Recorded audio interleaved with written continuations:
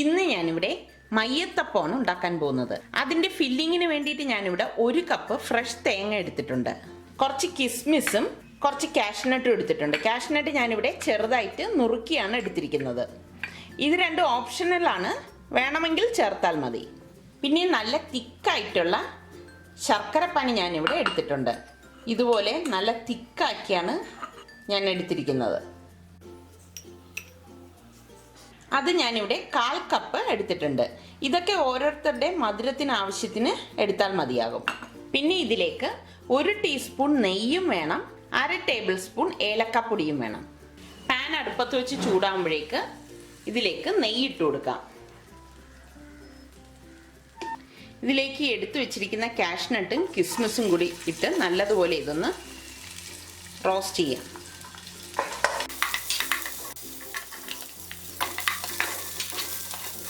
ഇതിവിടെ റോസ്റ്റായി വന്നിട്ടുണ്ട്.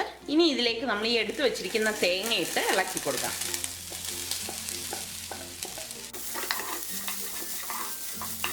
ഇതോടൊപ്പം തന്നെ ഏലക്കാപ്പൊടിയും ചേർത്ത് നല്ലതുപോലെ ഇതൊന്ന് മിക്സ് ചെയ്ത് കൊടുക്കാം.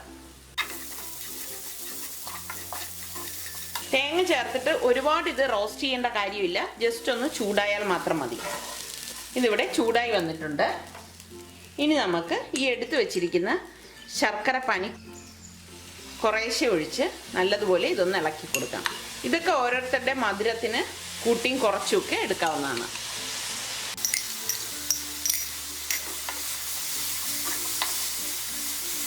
മിക്സ് ചെയ്ത് ഇത് നല്ല ഡ്രൈ ആക്കി എടുക്കാം.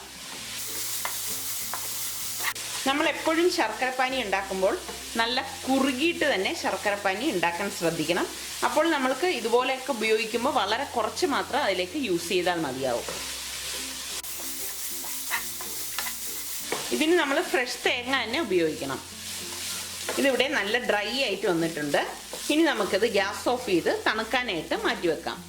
ഈ സമയം കൊണ്ട് നമുക്ക് അപ്പത്തിൻ്റെ ബാറ്റർ തയ്യാറാക്കാം.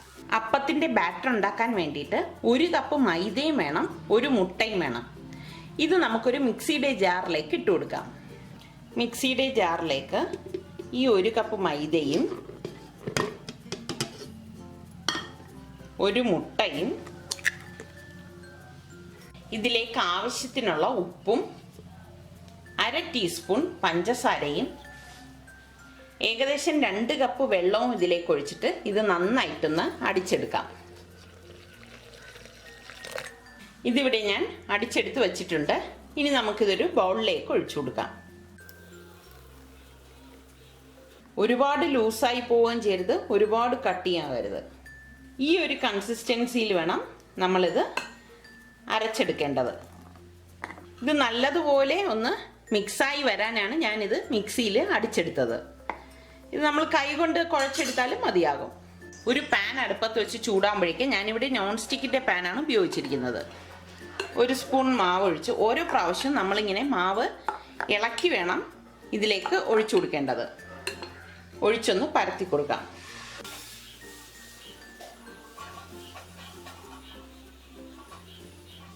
ഇത് വേകാനായിട്ട് ഇതിൻ്റെ മൂടി കൊണ്ട് ഇതൊന്ന് അടച്ചേക്കാം.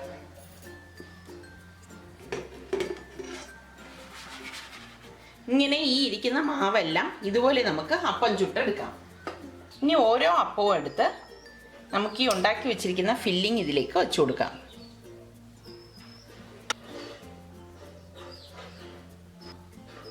ഫില്ലിങ് വയ്ക്കുമ്പോൾ പ്രത്യേകം ശ്രദ്ധിക്കണം, ഇതുപോലെ സെൻറ്ററിൽ മാത്രം വെച്ചാൽ മതി, എഡ്ജിലേക്ക് വരേണ്ട കാര്യമില്ല. ഇനി നമുക്കിത് ഫോൾഡ് ചെയ്ത് കൊടുക്കാം.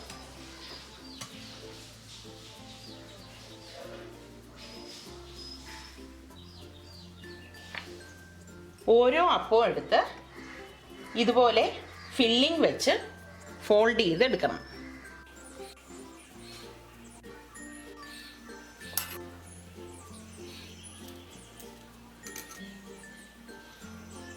ഈ എഡ്ജൊന്ന് അമർത്തി കൊടുത്താൽ മതി, അതങ്ങ് സ്റ്റിക്കായിക്കോളും. ഇങ്ങനെ നമുക്ക് ഓരോ അപ്പവും ഫില്ലിംഗ് വെച്ച് ഫോൾഡ് ചെയ്ത് എടുക്കാം. ഒരു മയ്യത്തപ്പം ഞാനിവിടെ കട്ട് ചെയ്ത് കാണിച്ചു തരാം.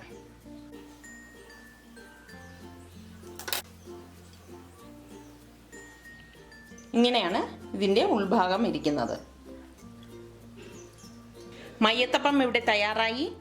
ഇത് വളരെ പെട്ടെന്ന് തന്നെ നമുക്ക് ഉണ്ടാക്കിയെടുക്കാൻ പറ്റുന്ന നല്ലൊരു സ്നാക്കാണ്. എല്ലാവരും ഇത് ട്രൈ ചെയ്ത് നോക്കി ഇഷ്ടമാണെങ്കിൽ സബ്സ്ക്രൈബ് ചെയ്യുക.